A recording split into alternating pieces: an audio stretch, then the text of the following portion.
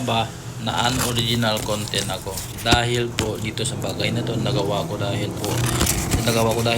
marami ng ibang content creator magsasabi na pwede natin gawin ito.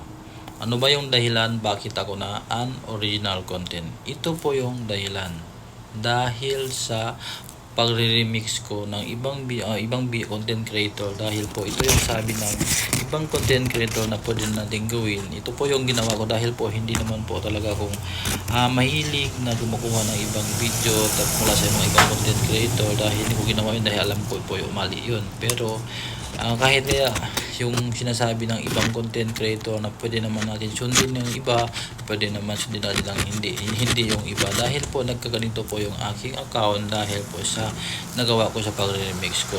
Pero may mali din po ako dahil po sa pag-remix ko po, mag-remix po ako ng isang 3-4 na sa isang araw na yung mga video. Yun po yung pagkaalam ko bakit ako na unoriginal content, dahil po sa ganun sa pag-remix ko.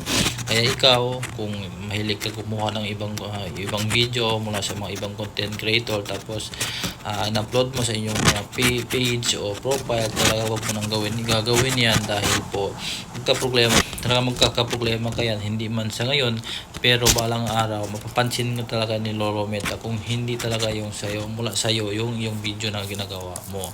Dahil dapat kailangan po natin na mag-original content po tayo, dahil mapapansin talaga ni Lolo Meta yan lalo na kapag viral lang isang video. Diyan makikita ni Lolo Meta yung video ng yung tunay na yung tunay na may-ari ng video.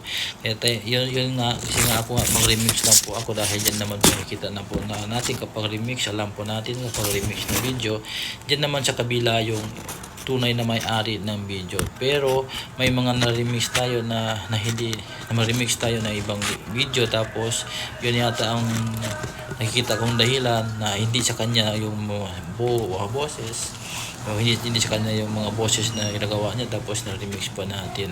Kaya dapat natin ingatan yung pag-remix po natin ng video.